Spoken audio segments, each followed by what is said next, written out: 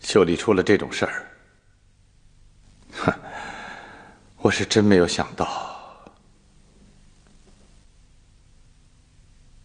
子清心里也不是个滋味儿。决定拘留秀丽的头一天晚上，子清还专门请秀丽吃了顿饭。就在老知青酒楼，回忆了好多往事。回到家里以后，子清是翻过来倒过去，一夜没睡着啊。我也不好说啊。国秀，你知道，我跟秀丽的事，最终也没能结婚。所以在这个问题上，我总是觉得有点歉疚。所以到常山当市长的时候，对他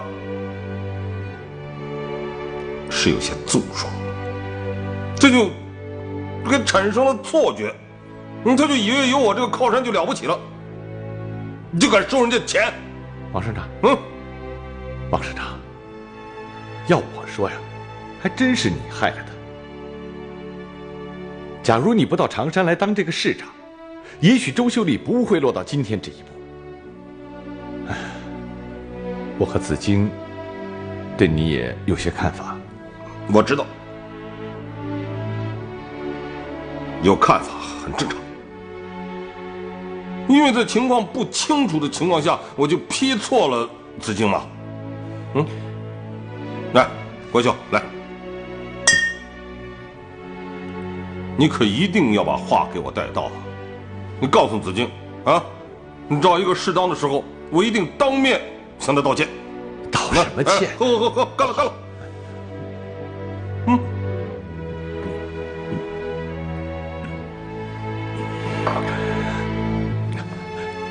其实啊，子京巴不得秀丽是无辜的呢。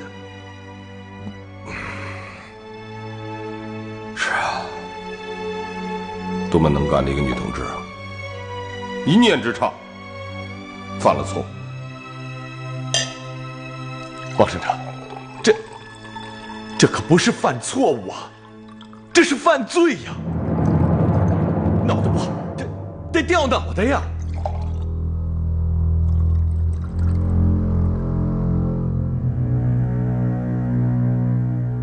有这么严重吗？子京说的？不，是我瞎猜的。啊，王省长，算了，不说这事儿了。来，喝酒。国秀啊，我认为啊，一个人犯了错误不能一无是处。如果我没记错，你当年也追过秀丽嘛？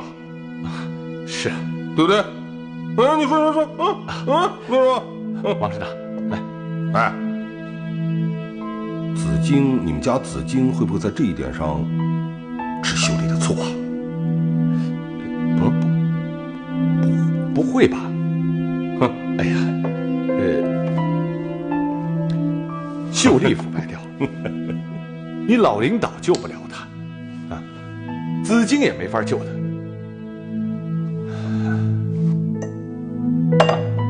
听子京说呀，就连苏阿福也恨死他了。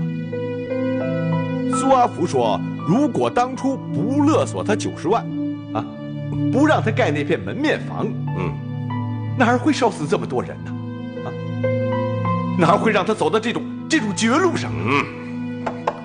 这个祸是苏阿福惹的，所以这个苏阿福非杀不可。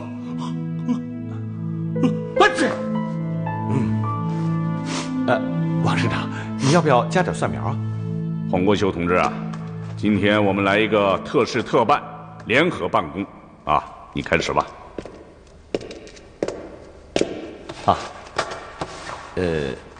赵书记、刘省长、王省长，各位领导，现在我介绍一下南部煤矿的破产情况。同志们，513大火案就要开庭审理了。鉴于此案案情重大，影响广泛，庭审时呢可能会出现许多难以预测复杂的情况，叶检呢要我再次提醒大家，要从思想上高度重视。根据市委和省院的要求，叶检要亲临起诉第一线，在中院这边出庭支持公诉，主要对付苏阿福、周秀丽、扎铁柱等10个主要被告，其余各区检察院同时起诉其他15名在案嫌疑人，由各区检察长直接负责。这个起诉案呢，叶检正在向省院的丁检汇报，征求省院的意见。如果省院没有什么要补充的话，我们就这么定了。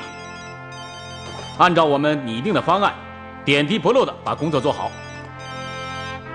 喂，叶检，你好，你说。好的。我有2个没有想到啊，同志们。第一个没有想到，我们失业矿工的家庭竟困难到了这种地步。第二个没有想到，困难群体的低保问题竟然没有得到落实。刘省长，同志们呐，我希望我们今天能给常山市失业工人一个答复。裴军同志，常山矿工家庭的最低社会保障问题是要解决，这个问题是绝对不能含糊的。可是破产清算已经拿出了6个亿，我们已经停了2个基建项目，不行就再停他1、2个项目吧。像省委省政府宿舍区的2期工程，像某些个形象工程、政绩工程都可以考虑缓建。我看呐，能把我们常山市的失业工人、困难工人的社会保障工作做好，这就是我们最好的形象工程。我们的干部晚几天住上新房死不了人，可是我们的工人同志没有饭吃，却是要死人的，就是这么简单的道理。赵书记，您说的太好了。同志们，事情呢有点变化，和平区的钟楼区的起诉任务比较重，省院和丁检的意思呢，让我去钟楼区，老陈呢去和平区，分工负责，责任到人。大家还有什么问题吗？没有问题，我这儿没有。老陈，你再说说。我没什么要说的了，大家全力以赴吧。我说2句。张姐，各区检察院分头起诉，估计不会出啥乱子。倒是中院这边我有点担心，案子涉及的渎职干部和渎职单位这么多，免不了有人在审理过程中捣乱。咱们是不是和法院沟通一下，控制一下中院这边的旁听人数？高文辉控制什么呢？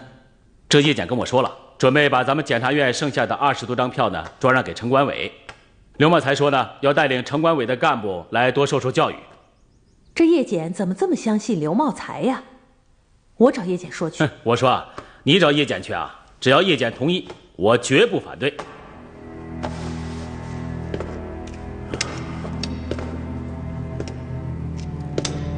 可就像这么简单的道理我们有些同志就是不明白，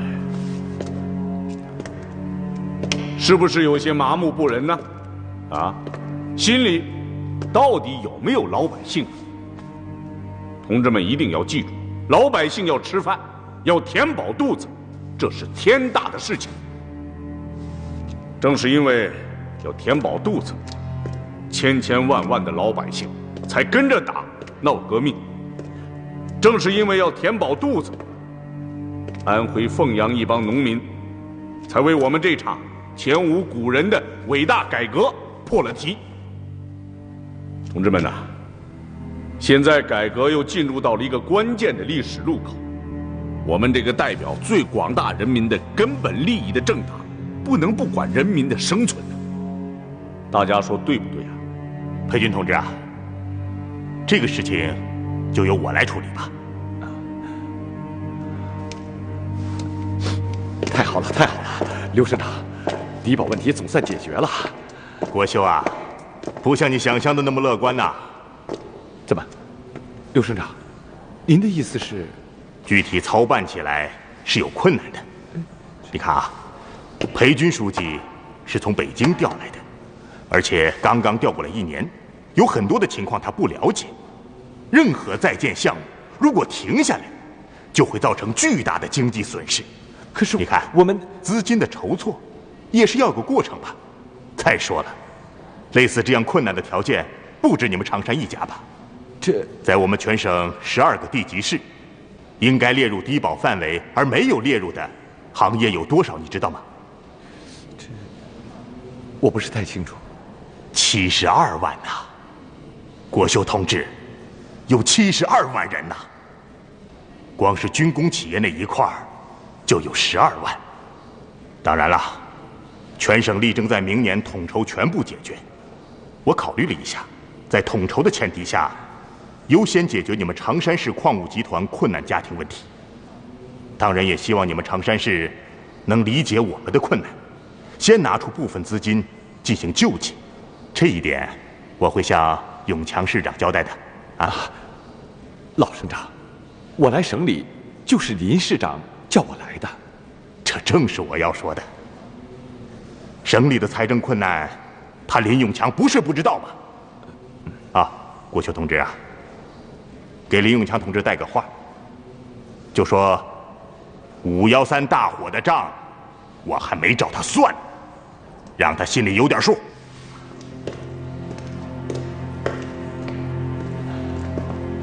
哎呀，这回你不骂我冷血了啊？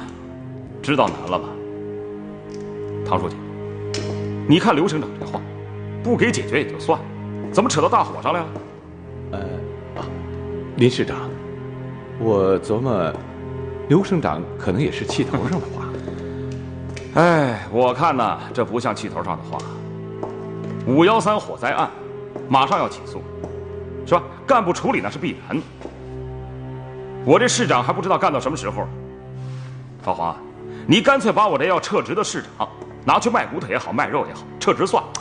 好了，发什么牢骚嘛？哼，这还真不能怪刘省长，省里现在也很困难，我们就顾全一下大局吧。这样，先做一个调查，把那些没有饭吃的困难职工的数字统计一下，我们给予临时救济。可这笔临时救济的费用，从哪儿出？我怕落实不了啊。这个问题，我跟林市长在研究。叶姐，怎么回事啊？我听说你把咱们那20张旁听票也让给城管委了，让他们受受教育嘛。受什么教育啊？你就不怕他们教育了咱们？他们城管委现在脾气很大。小高啊，你这10家公诉人也害怕了吗？啊？我怕什么呀？我是担心你，中院这边你是要出庭的。多虑了吧，小高，我还怕他们喝几声倒彩吗？这次我倒要看看谁敢跳出来和法律较量。好了，别说了，我正在路上，马上回来了。哎，叶姐，叶姐，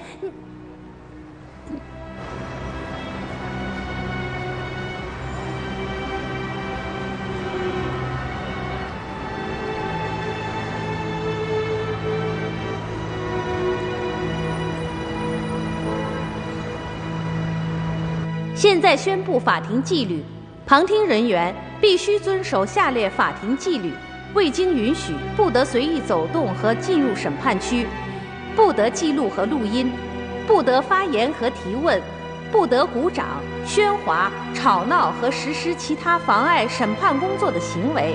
旁听人员对法庭的审判活动如有意见，可在休庭后口头或书面向法庭提出。法庭纪律宣布完毕。带被告人周修丽到庭。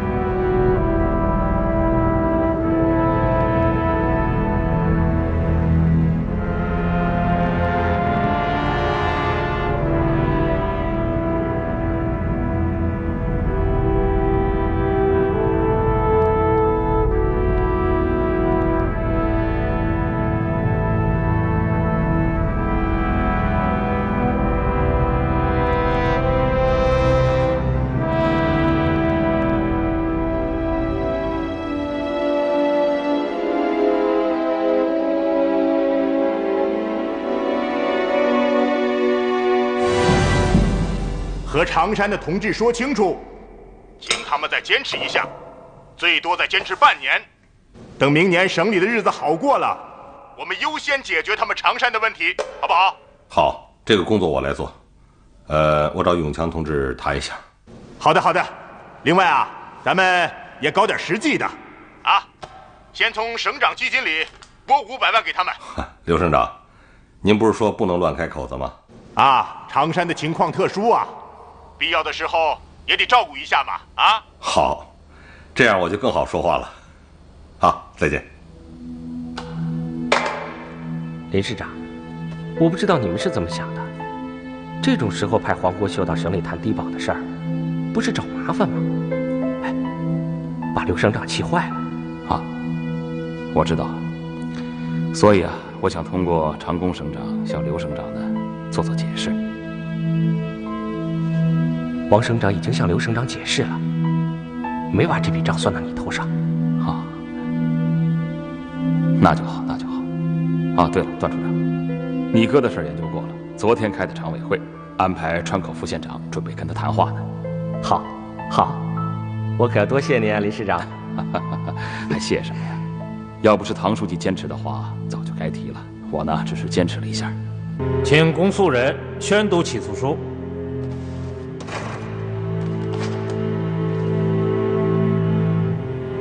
周秀丽，女，45岁，捕前系常山市城管委主任兼党组书记。周秀丽作为国家干部，把人民交给她的权利异化和滥用成了为个人谋私利的过程和结果，勒索苏阿福30万元汇款，批准苏阿福建造违章门面房，严重阻碍了513大火的救援，给人民的生命财产造成了不可挽回的损失，犯有受贿罪、滥用职权罪。哎，国秀怎么还没到？啊，黄国秀他们呢，已经在南二矿等您了。今天呢，513大案正式开庭了，唐书记啊要等着随时听汇报，所以就来不了了。要不代表他全赔。你也用不着全赔，我这次就是去搞点调查。哎，王省长，那我先陪您去南二矿吧。好。各位观众，省委常委、常务副省长王长工同志今日莅临我市，代表省委、省政府对南部煤矿困难群体的解困工作进行调查研究。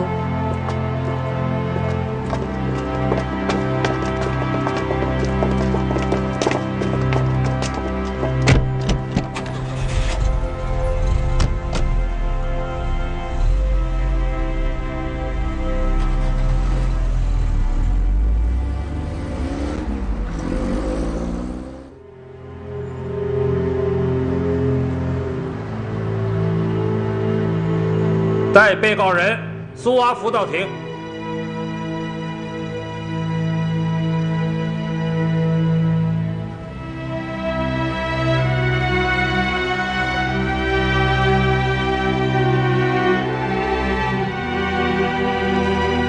苏阿福，男，43岁，初中文化，本市川口县人，捕前系大富豪娱乐城董事长兼总经理。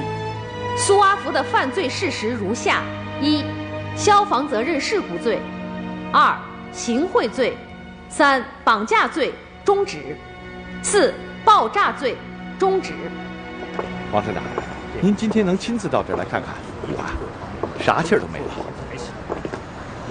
我们老说省里难，市里难，啊，可是破产矿的工人们更难，不看不知道，一看吓一跳，是不是小林市长？老百姓要吃饭，要填饱肚子，这是天大的事情，啊！正因为要填饱肚子，千千万万的老百姓才跟着我们党去闹革命。正因为要填饱肚子，啊，安徽凤阳的这一帮农民才为我们这场前无古人的改革破了题。现在我们的改革又到了历史的路口，我们没有理由不解决这个吃饭问题吧？啊，对不对？他怎么这个时候来啊？是啊，过去王省长来常山，总要先给你打个招呼。这次是怎么了？他毕竟是我的老领导。哎，我是不是去看看他？算了吧，苏阿福进去，周秀丽逮了起来，人家肯定是不待见你了呗。是啊，我是把这位老领导给得罪狠了。来，干！啊，干了啊！好，干！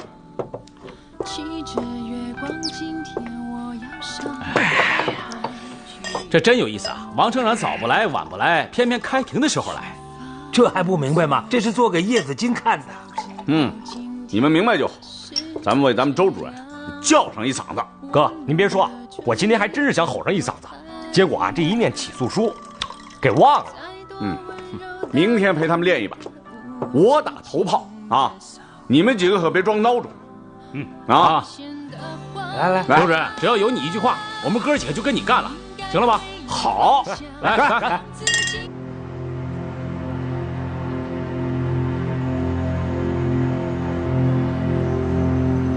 审判长，为了形象地说明513火灾的发生过程和违章门面房阻碍救援的情况，我们公诉方要求播放一部3维动画说明片。审判长，我反对。我和我的委托人认为，公诉方的这种做法有诱导法庭做出错误判断的可能。审判长，庭审不可能在火灾现场进行，大富豪娱乐城内部结构复杂，违章建筑又拆除了，如果不在3维画面上复原，很难准确认定事实。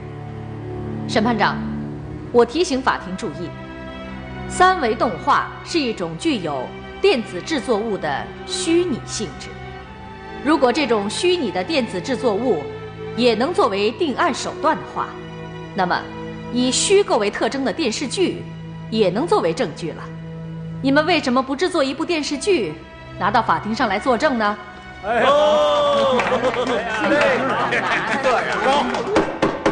请安静，法庭内不许大声喧哗。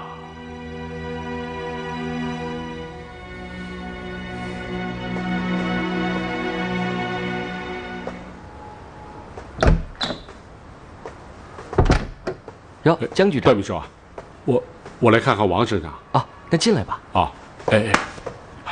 哦，好。我当时就批评了永强了，是不是？啊，郑辽啊，王省长，我来晚了。哎呀，这外面的谣言这么多，你这个公安局长还敢来看我啊？真对不起，王省长，我来晚了。要不是电视里看到你来常山，我还不知道你来了呢。永强，看问题呢，一定要辩证。产业结构调整造成的困难呢，要正视啊。可是常山的改革成就，也要充分的肯定。是吧？就是王省长，我觉得呀，常山改革开放的成就那是有目共睹的。你就不要奉承我了，什么有目共睹啊！513这场大火一收，对我和上届领导班子的议论就多了，好像我在这儿当了5年的市长，就搞了个骚烘烘的狐狸，还搞了一个不赚钱的飞机场，这么美丽的一个新常山，有人就是看不到。王省长，有些同志片面了，太片面了。说到新常山，有一个同志是不能忘的，就是周秀丽同志。周秀丽虽然一时糊涂，拿了苏阿福的90万，受了贿，渎了职，可是我还是要公道的说一句，这个女同志不简单。陈汉杰用这个女同志没有用错，她为咱们今天的新常山是做过重要贡献的。周秀丽的贡献是不小，可这祸闯得也够大的了。审判长，电子制作物的虚拟性和火灾过程的真实性是完全不同的2回事。公诉方提出播放3维画面，只是为了说明真实的案情经过，并没有作为证据使用的意图。作为证据使用的将是现场录像以及相关的人证物证，公诉方将在以后的庭审中提交法庭。审判长，我反对。反对无效。请安静，请注意法庭秩序，否则就请你们马上出去。审判长，您的被告席上是不是还少了一个被告？腐败分子方清明，他怎么不在这儿呢？是不是？他可是……你的旁听资格被取消了。法警，把他带出法庭。怎么了？怎么了？只许他们州官放火，不许我们百姓点灯啊！带出去！干什么？你干什么？我跟你们说，腐败分子方清明，他我要替我们周主任作证。我们周主任是受腐败分子方清明的陷害。周主任是好人，大好人。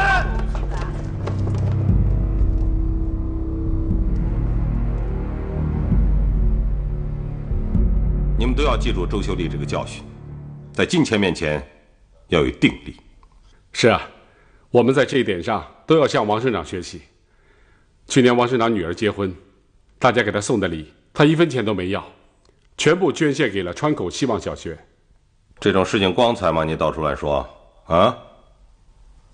郑林同志啊，那些钱里头好像也有你的几千块钱吧？啊？我到川口检查工作的时候，跟川口的同志们说了，在市场经济条件下，你手上的权利很可能就变成商品。啊，周秀丽的事情又一次证明了这一点。所以我呢就总结了3条经验。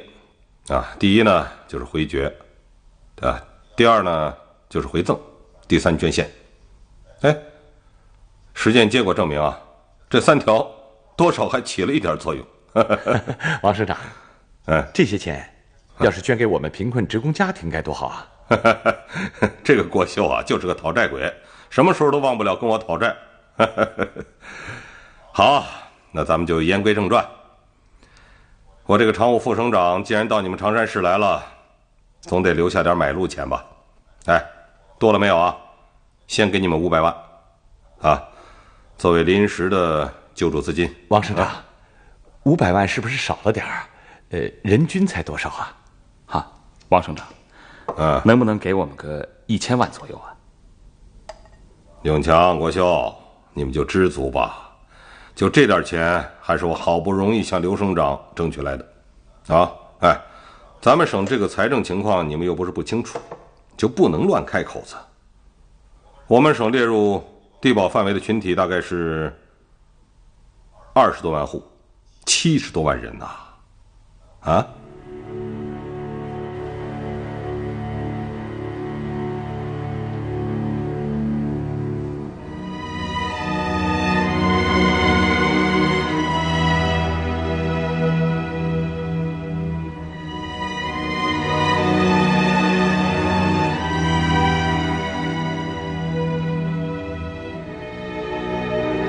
叶姐，他们这样扰乱会场。我估计他们要闹点什么，太不像话了。王省长，市城管委一个叫刘茂才的办公室主任来了，说是向您反映点情况。一个部门的办公室主任找我反映什么情况？不见。是，王省长，你还真得见见人家，说不定啊，是向您来表功的。这个主任向我表什么功啊？听子京说。为周秀丽的事儿，刘茂才一直在上蹿下跳的。黄国秀，你这是什么意思？你是说我支持此人上蹿下跳？不，哎，今天幸亏是小林市长在这儿，要不然我又说不清楚了啊！好，王长，国秀同志呢，他不是这个意思，是随便说说而已。啊，咱们还是说说那500万的事儿吧。啊，对，还是说钱的事儿吧。审判长，同志们，作为国家公诉人，我们根据《中华人民共和国刑事诉讼法》的规定，今天在这里，在这庄严的法庭上，我们依法起诉513大火案的10名主要犯罪嫌疑人，履行法律赋予我和常山市人民检察院的神圣职责。但是，今天我在这里看到了什么呢？我看到有些人抵制、敌视、蔑视法庭、蔑视法律的行为。国修同志啊，你跟永强可以放心，这500万我既然答应了，绝对少不了。啊，不过该说的话我还是要说。周秀丽既然收了苏阿福的90万，该怎么判怎么判，这没什么好说的，谁上蹿下跳也不行。不过，我也奉劝某些同志，少在我跟老陈身上做文章，更不要趁机搞些帮帮派派的东西，这不好嘛。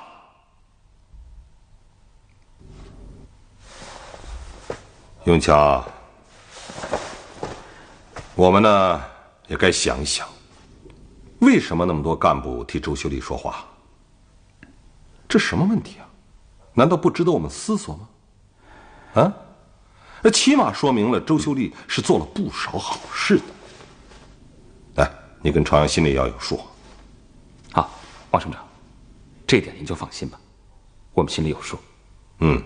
哎，永强，可是你跟朝阳心里千万不要对我产生误会。啊，周秀丽必须依法严惩，该判几年判几年。啊，你们对这个案例要好好总结，教育干部。好的，王省长。啊，王省长，您别误会，我知道您不会支持谁跟紫荆作对的，可事实上，刘茂才这些人就是在看您的脸色，真的。所以啊，在法院庭审结束之前，像刘茂才这样的同志，我一个都不见，不管是在常山还是在省里。王省长，要不我们先走？好，再见啊！再见，王省长，再见。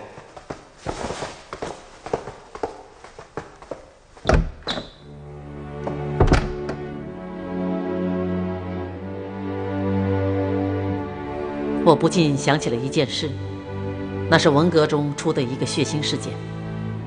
不过那个年代，不提也罢。但是大家想过没有，社会治安没有保障，将会是什么局面？公民的权利得不到保障，将是什么局面？法律崩溃，将是什么局面？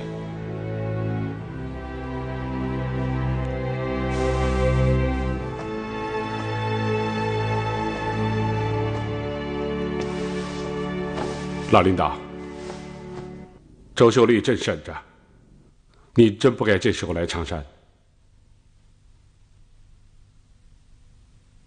郑流同志啊，你以为我这次来是为周秀丽来的吗？不是我以为，黄国秀、林永强都会这么想。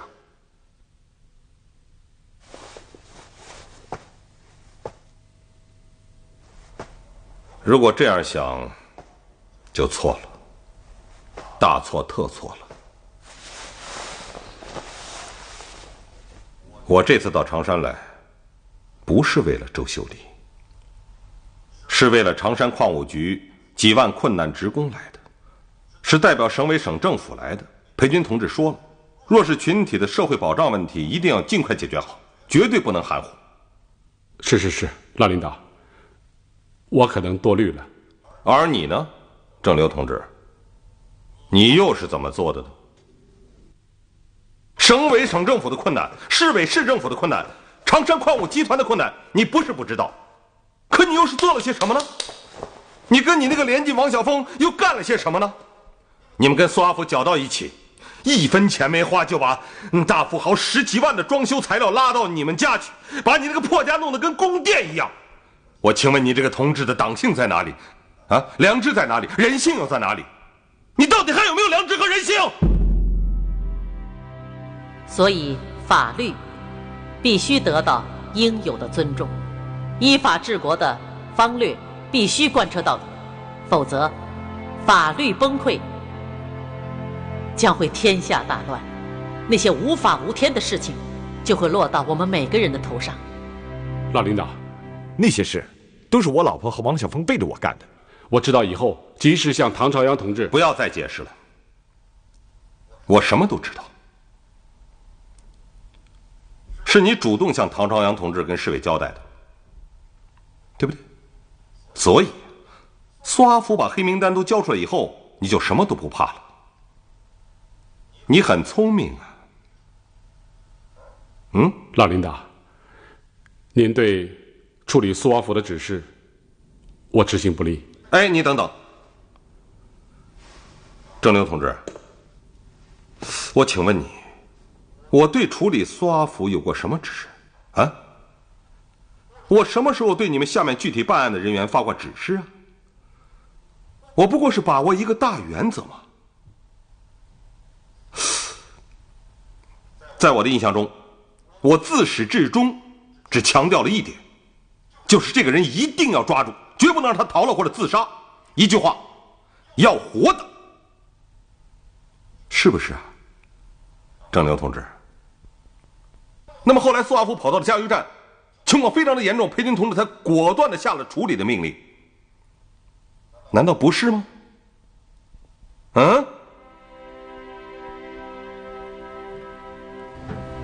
你们某些同志，不要搞错了，不要以为我这个检察长和常山市人民检察院跟谁过不去。就算把我换下来，你们再换一个检察长，但是这些犯罪分子依然要被送上法庭。那么我请问一下，你们为你们涉嫌渎职的领导喊冤的时候，有没有想过，在513大火案中，156名死难者，如果这些死难者是你们的父母妻儿，难道你们也要发出这样的嘘声吗？你们的良心何在？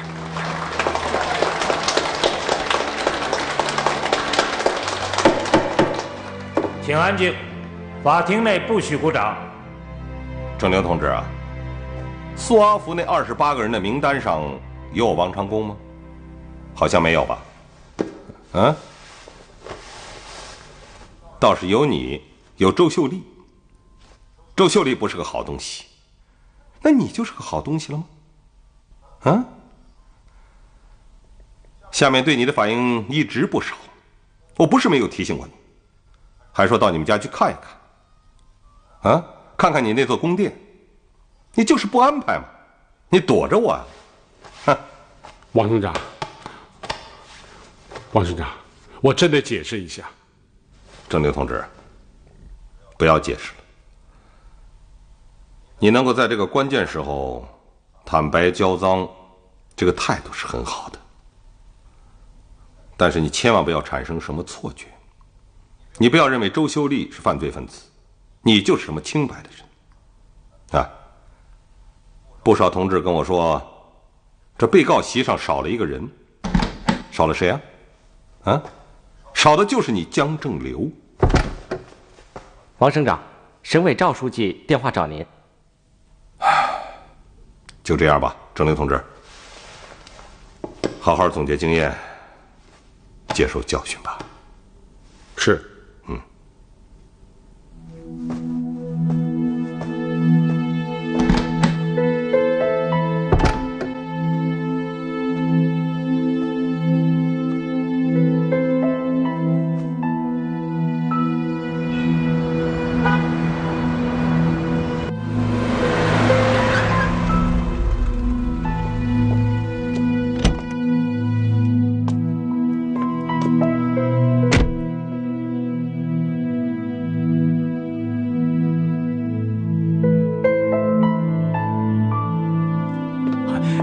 你好。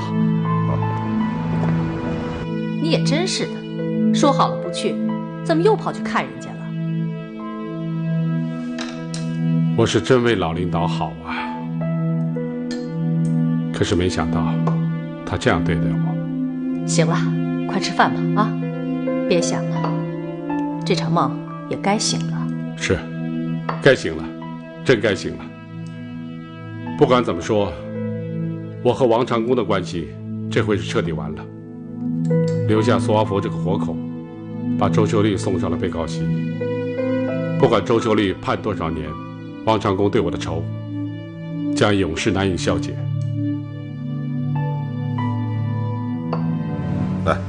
来，茂才啊，谈谈情况吧。王省长，您对我的批评，段处长已经向我转达了。我承认，在法庭上胡闹是不对的。